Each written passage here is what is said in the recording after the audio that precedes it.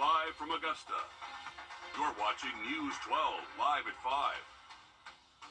We've got another night of frigid temperatures ahead for us tonight. First Alert Chief Meteorologist Riley Hale with us here. And Riley, this is some of the coldest weather that we've seen so far this season. Absolutely. Well, the coldest area that we've seen most likely since you go back to about Christmas of 2022, so just a little bit over a year ago where we had those really cold temperatures. That's pretty much the last time that we have seen the teens and low 20s. We hit it this morning. So early this morning up in Wilkes County, downtown Washington, got all the way down to 16 degrees. Swainsboro down to 19, Thompson 17. We did stay in the low 20s here around Augusta and most of our counties east of us, but even in Aiken, y'all did see the teens out there early into the day.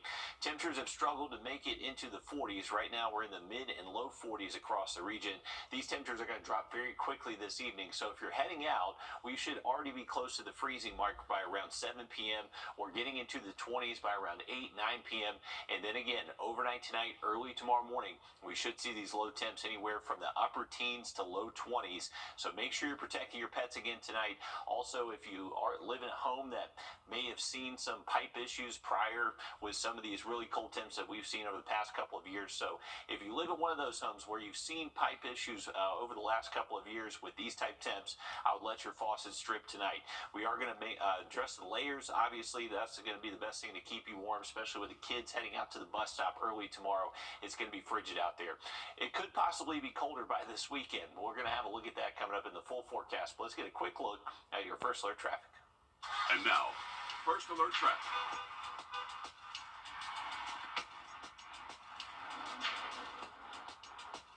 All right, let's go out to Grovetown. Looking at exit 190, Lewiston Road. You can see blue skies overhead and long shadows out there. So we are getting close to that sunset hour and not looking at too much of some traffic issues on the overpass, but you can definitely see a lot of cars there backing up off the exit to the interstate. Heading out to the dam next, doesn't look like too many cars out driving on the dam at the moment, but a beautiful look over Clarks Hill and the Savannah River. Have much more on an even colder weekend forecast in just about 10 minutes. All right, thanks, Riley. And it's not just us bracing for the cold across Georgia and northern South Carolina. Schools are suspending classes for snow and freezing temperatures. Even as far west as Houston, the Arctic blast turned a 30-minute commute into a 6-hour trek on icy roads there. Many of us are not really used to this kind of weather on a regular basis here in the South. The skies aren't faring much better either. You're taking a live look at FlightAware's misery map. As you can see, there's still quite a bit of red showing cancellations and delays, including Hartsfield-Jackson International Airport in Atlanta. And we're on your side this evening with what you need to know when it comes to cold weather. But in the meantime, you can scan this flow code here on your screen. It takes you to a compilation of articles on our website, wrdw.com. They cover everything from how to protect your car, your home, your pets, and saving money on your power bill as well.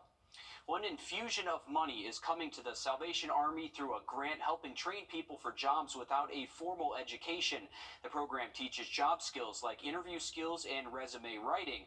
Our Nick Villan is live at 5 for us in the newsroom. And Nick, this is just one of the ways one of our local nonprofits are helping people not just survive, but get back on their feet and thrive. Yeah, well, it's small steps going towards a larger goal, which is helping people get career certifications to ultimately end up landing a job.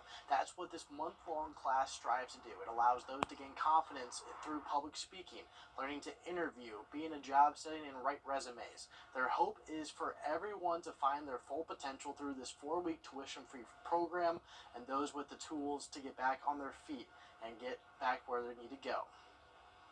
Genuinely care for them, and I genuinely want to see them succeed. And I think that if they use the principles that we try to teach them, that they may not get the job of their dreams, but they'll be in a better position than they were when they started. And coming up all new on News 12 at 6 o'clock, I'll have more on this program, how one organization uses this program to help those who were previously incarcerated get jobs and not go back to jail. A great program for those in need. Thanks, Nick, for keeping us updated on that. Well, new this evening, two-time Masters champion Bernard Langer says that this year will be his last time playing in the Masters. Langer has played in 40 Masters tournaments and took home the green jacket in 1985 and 1993. He says this year's U.S. Open will, quote, probably be his last as well. He is 66 years old. The Iowa caucus on Monday made it clear that former President Donald Trump has an excellent chance at becoming the Republican nominee. But if you ask Georgia voters who they prefer, 20% are still undecided on who they want to be their next president. That's according to a new Atlanta Journal-Constitution poll. That same poll shows 45% of Georgia voters prefer Trump if the race comes down to him or President Biden. Landmark Communications is a political consulting firm based in Atlanta. Its president says even with Trump's big win in Iowa, the numbers may look different for Georgia. 120,000 people will have voted in the whole state. 120,000 people is fewer than makes up the population of a state Senate district in Georgia. We're not talking about a lot of people. Trump is also facing several indictments from Fulton County District Attorney Fonnie Willis. He's accused of violating the state's anti-racketeering law by scheming to allegedly overturn his 2020 election loss in Georgia. And on the South Carolina side, voters have more influence this presidential election. The Democratic primary will happen next month on Saturday, February 3rd. Then the Republican primary will be on February 24th. The deadline to register for the Democratic primary has come and gone, but you have until the 25th of this month to register to vote for the Republican primary. As a registered voter, you can pick either primary to vote in, but you can't vote in both. A ban on gender-affirming care for kids and teens in South Carolina is being debated right now at the State House. Republican lawmakers fast-tracked the proposal in the hopes of getting to the governor soon. This bill would ban minors in South Carolina from undergoing gender transition procedures, including surgeries, hormone therapy, and puberty blockers. It also prohibits state dollars from going towards these procedures and bans Medicaid from covering them for anyone younger than 27.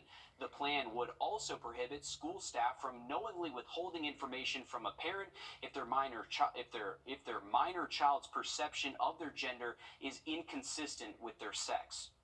Even if we're no longer doing surgeries in South Carolina, or we haven't gotten to that point yet, we need to be proactive and pass this bill to protect our children before it happens. We ain't doctors, so why do we keep entering the fray? Again, this debate is happening right now at the State House. If the House passes this bill, which it's expected to do, then it would head over to the Senate for its consideration. Duke's Barbecue is back in business. A fire burned down the original restaurant in Aiken more than 2 years ago, and since then the popular restaurant has taken the time to rebuild and come back better than ever. And as you can see, eventually here people showed up in droves to celebrate Duke's return. Here we go. There's a lot of people there at the restaurant. The family-owned restaurant also posting on Facebook that today's return broke their record for their best day of all time. They got so busy, in fact, that they had to close orders and close their doors 5 minutes ago, or a few minutes ago at 5, because of the sheer volume of customers there. I was actually out there at Duke's Barbecue today for their grand opening, and food's great. If you have a chance to get out there, definitely worth the drive up there. Or are you going back and forth between keeping your home warm or saving money? Well, just ahead, we have some advice on how to do both at the same time. Riley? Well, officially 21, the low temperature early this morning in Augusta. We could get down into the teens tonight. Have a look at that full forecast just after the break. Attorney John Foy and Associates right now.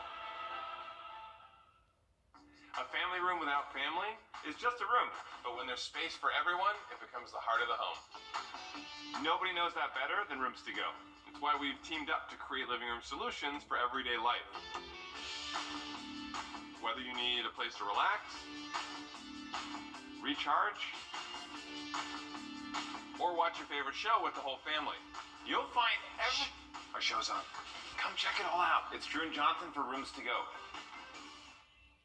We got the house! Team. A serious accident creates a lot of right now problems. You're worried about your injuries, the medical bills, and whether you'll get stuck paying for it all. You shouldn't have to chase after a lawyer to get the help you need. With me, you won't have to. I'm Austin Jackson, your guy in Augusta. If you've been injured, my team will get to work right away. And you don't have to pay us anything unless we get money for you.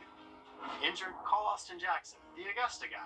706-724-7224. As we brace for some of the coldest temperatures of the season, there are some things that you can do to keep your HVAC system running smoothly.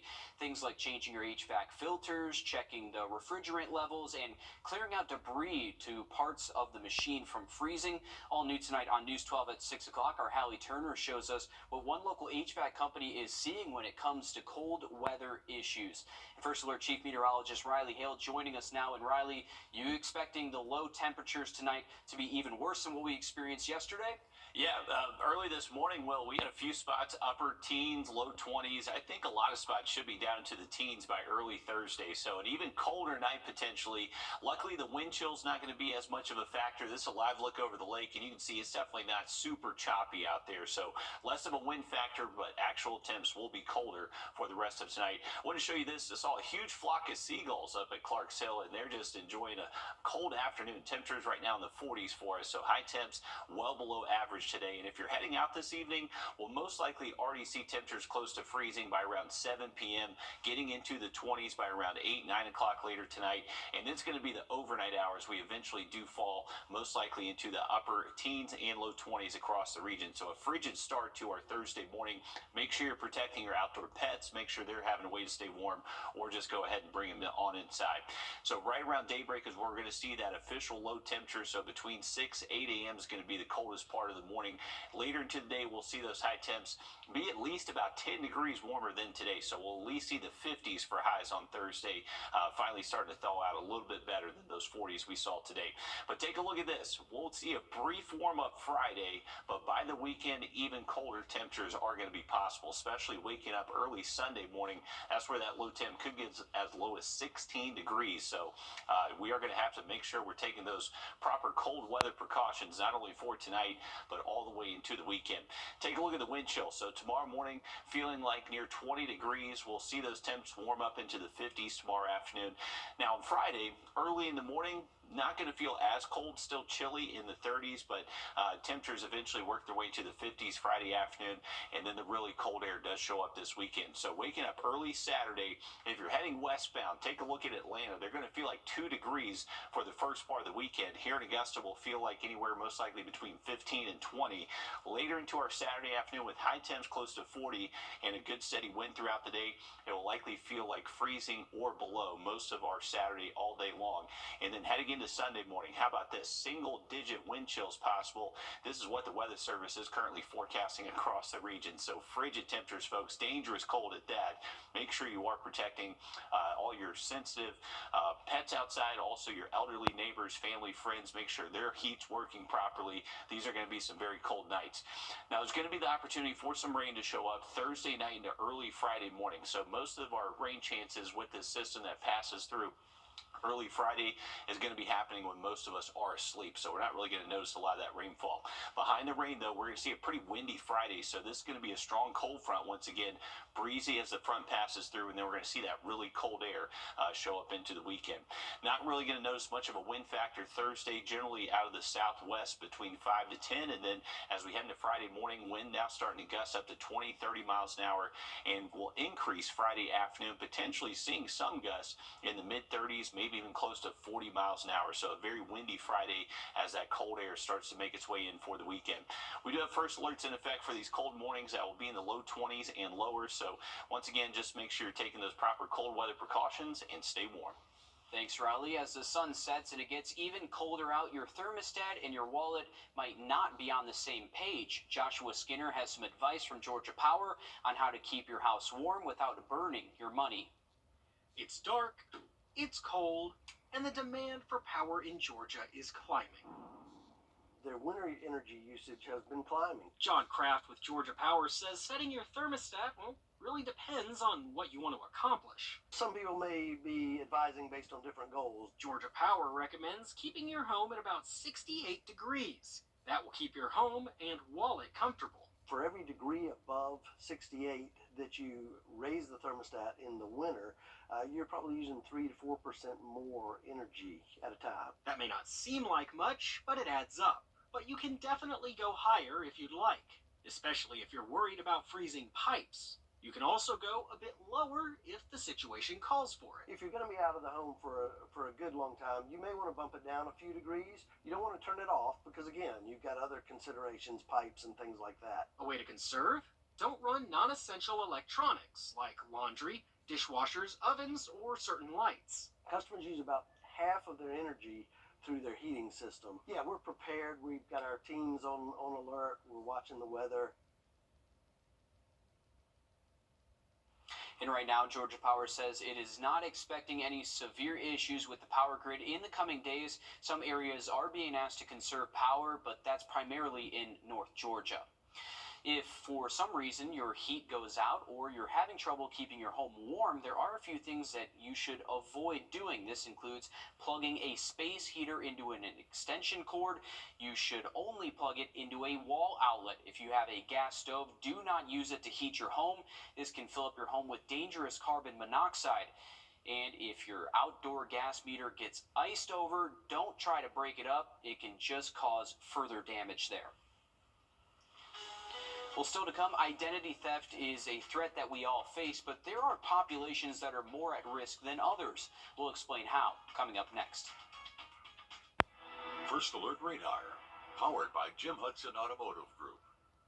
Your home. Call my dad.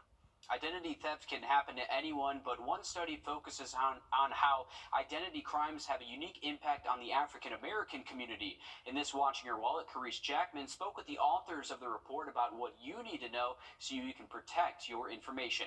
The Black Researchers Collective prides itself on taking their research to the streets, helping to train and equip communities with information about policy. It's why Sherry Runner and Dr. Glennis Green say issuing this report on identity crimes impacting African Americans is vital. We want to make sure that we are adding to the positive restoration of those communities and not just doing the research for the sake of saying that this happened.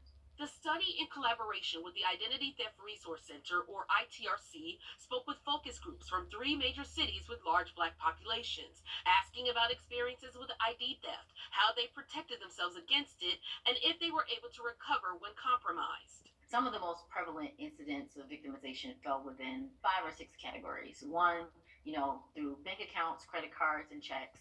2, income tax, unemployment or other types of scams.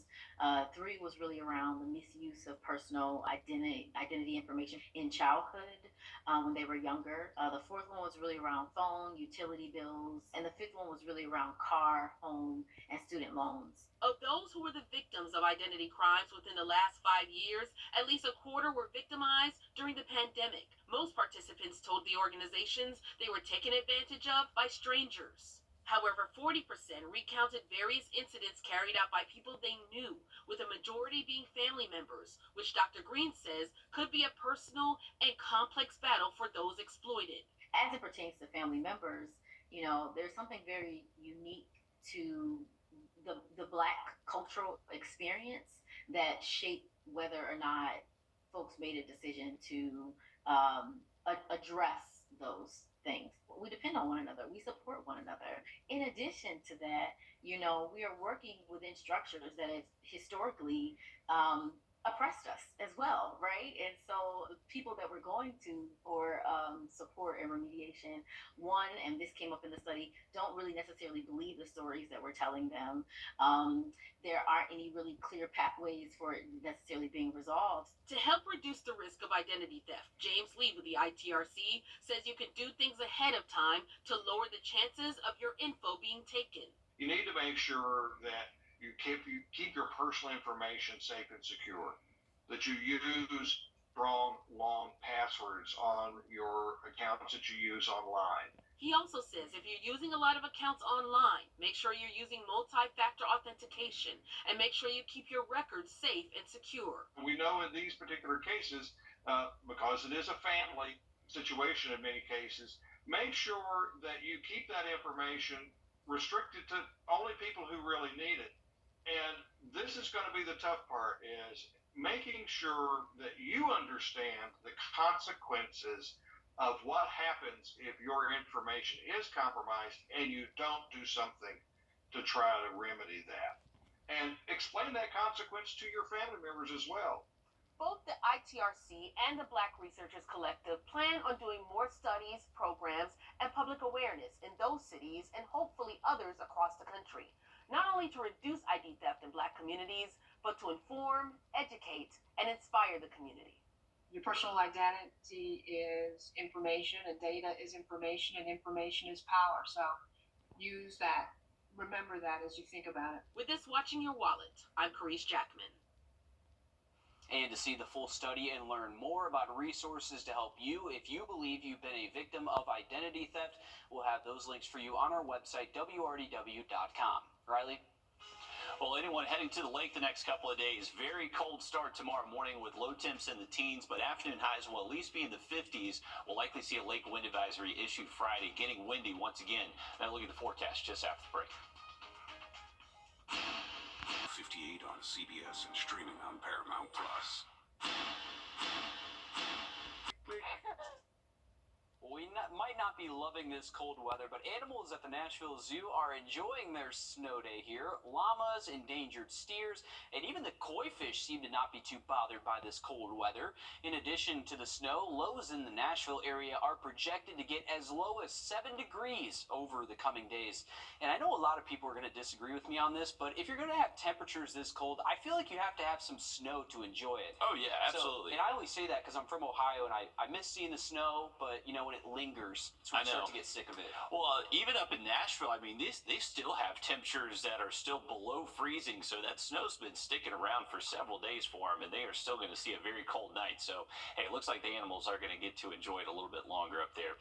We do have a cold night up ahead. We did see temperatures as low as the teens in a few spots earlier this morning. We'll likely see more spots hit the teens later tonight. Right now, temperatures are at 44 degrees. We do have mostly clear skies, and as long as those skies do stay clear, our winds will calm down as high pressure does start to move in from the west. So this is going to bring us pretty ideal conditions to see these temperatures really cool off tonight. If you're stepping out right now, most of us are in the low and mid 40s. These will be dropping to near 20 and potentially even between 17, 19 degrees early tomorrow. So make sure you're protecting your pets. If you are living in a spot with vulnerable pipes to the elements, maybe we'll let those faucets strip as well. So not only are we going to see these cold temps tonight, but again through the weekend. So make sure you're keeping it here for those updates. We'll have much more coming up just after a short break. This is not you. It's not me.